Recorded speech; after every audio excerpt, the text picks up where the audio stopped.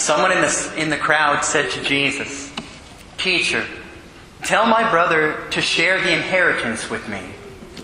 He replied to him, "Friend, who appointed me as your judge and arbitrator?" Then he said to the crowd, "Take care to guard against all greed. For though one may be rich, one's life does not consist of possessions." Then he told them a parable. There was a rich man whose land produced a bountiful harvest. He asked himself, "What shall I do? For I do not have space to store my harvest." And he said, "This is what I shall do. I shall tear down my barns and build larger ones. There I shall store all my grain and other goods. Then I shall say to myself, now as for you, you have so many good things stored up for so many years. Rest, eat, drink, be merry." But God said to him, "You fool, this night your life will be demanded of you. And the things you have prepared, to whom will they belong? Thus will it be for all who store up treasures for themselves, but are not rich in what matters to God." The Gospel of the Lord. Praise to you, Lord Jesus Christ.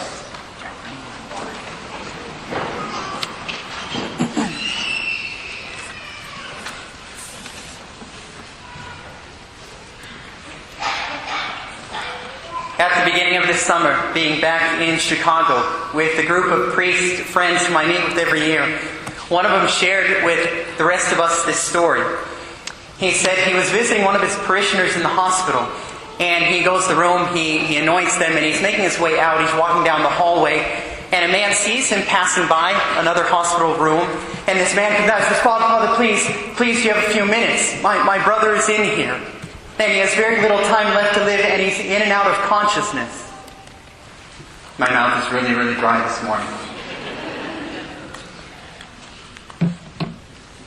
And he's in and out of consciousness. So the priest steps into the room, and he goes to the man's bedside, and he's not sure whether or not he'll get any response whatsoever. But he kneels down, and he takes this man's hand, and we were not told how old this man was, what was his state in life, nothing, other than there was this man in bed. And he takes his hand and he says, "Hello, my name is Father Paul."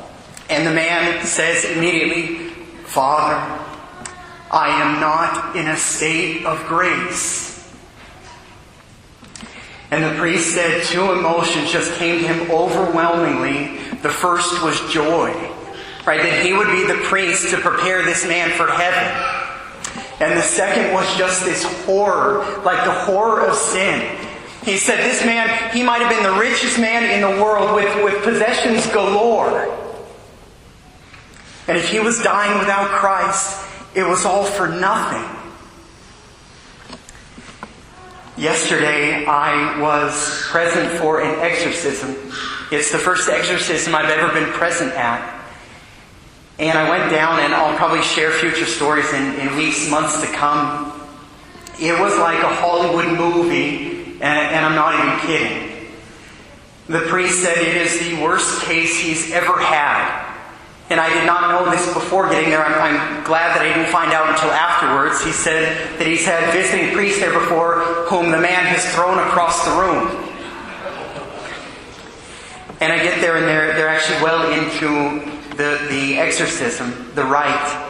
And I walk in, and as soon as I get there, a woman comes up to me and she has in her hands a stole.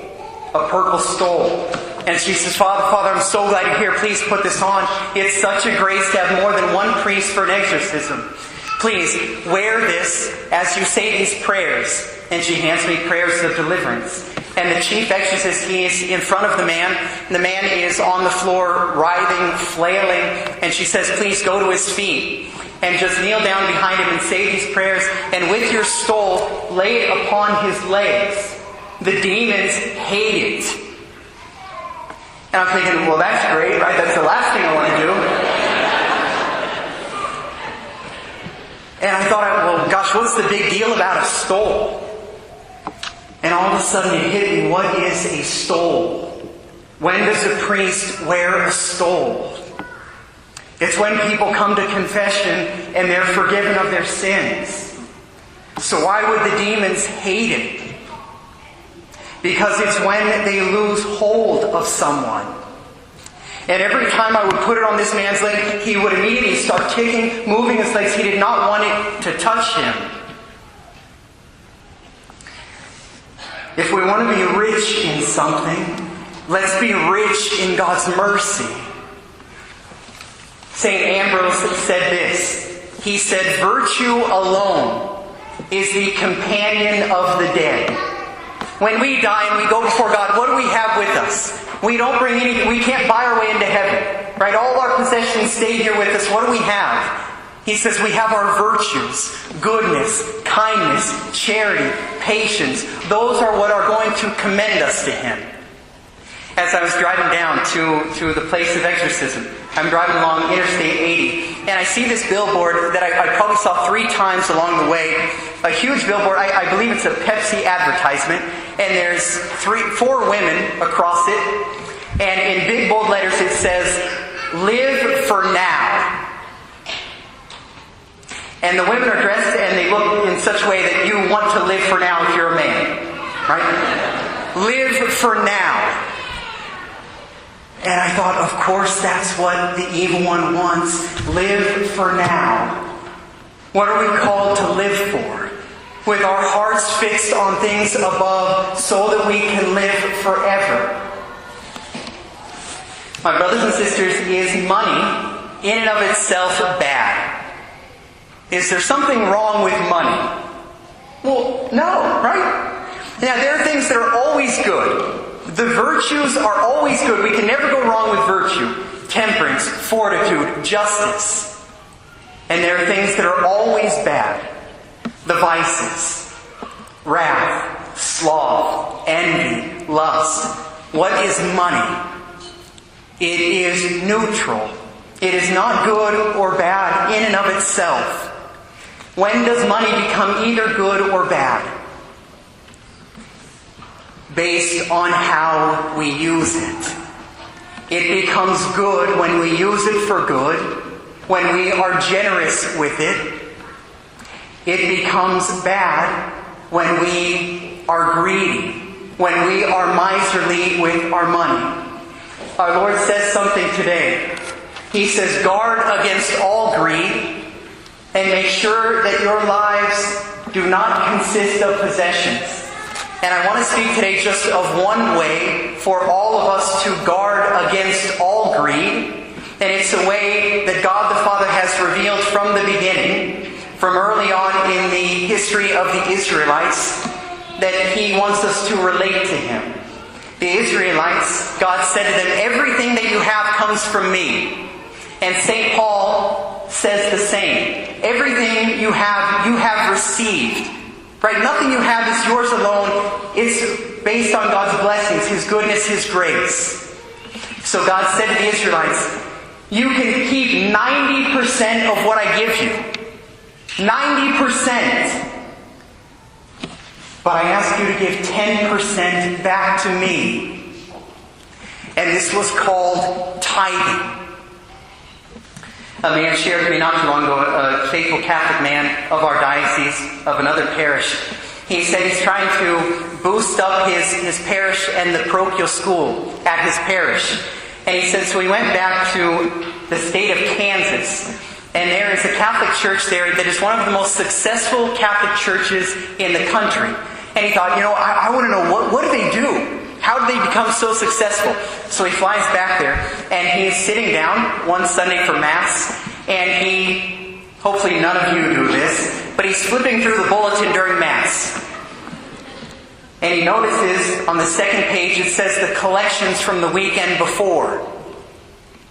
This parish is about the size of Presentation. The Sunday collection amount from the weekend before was $70,000. 30 to 40 years ago, they had a pastor who said, my dear parishioners, God asks for 10%. Right? Everything you have, 10% of it should go to Him in some way, through charities, through your church. He says 10% is a lot to bite off, especially if you're not doing it now. I want to ask all of you to try to do 5%. And then hopefully that can grow as you're able. Within 2 years, their parochial school was free. Within 10 years, they were paying for every one of their parishioners who had students going to a Catholic college. The parish itself was paying for their tuition. Within 15 years, the parish had so much that the parish itself would tithe. At the end of the year, they would give hundreds of thousands of dollars in charity. No one knows your financial situation except you yourselves. At the end of the year, or maybe you know in your own minds right now, what percentage of your annual income as a household goes to God? In most Catholic households, it would be 1% or less. If most parishes, if the people would say, you know what, I'm going to try to do 3%, it would not be long before their parochial school was entirely free. Do you know what one of my favorite things about Protestant converts is? Besides the fact they come home and they have the sacraments, and that most of them are already tithing 10%. And so they come in and I'm like, oh, thanks be to God, right? They're going to support the parish. I have a good friend of mine. He's a husband and a father. He has a number of children. When he got married, he, for the first time, started to go to spiritual direction. And he sat down with the priest. He said, Father, I want to be a good husband and a good father. I want to be a saintly man. He says, will you help me? The priest said, yes. There are 4 essentials. 4 things you must do. Above all, Mass, Holy Mass, right? Every Sunday, of course. And go as much as you possibly can outside of Sunday. That's first. Second, frequent confession. Try to go to confession about once a month. But especially if you ever fall in a serious way, you get there as soon as you can. Third, the Rosary. And prayer outside of Mass, but above all, the Rosary. Try to say the Rosary daily. And number 4, to tithe. Give 10% of your income to God. Give it to your church, give it to charities. You know, the only thing that the man balked at, 10%, are you 10%? This man's been married for close to 20 years. When he gets his monthly check, he immediately writes 10% and he gives it away. He said it's been one of the greatest blessings because it keeps his marriage and his family focused. Right? They have their eyes going in the right direction because they're not focusing on greed or the accumulation of possessions, but their hearts stay fixed on God. And the priest said to him, I promise you, like any marriage, you're going to have plenty of trials and you'll even have financial trials. But if you are generous with God, He will be generous with you and He will always provide. And the man said, Father, He has always provided. May we be rich in the things that matter to God.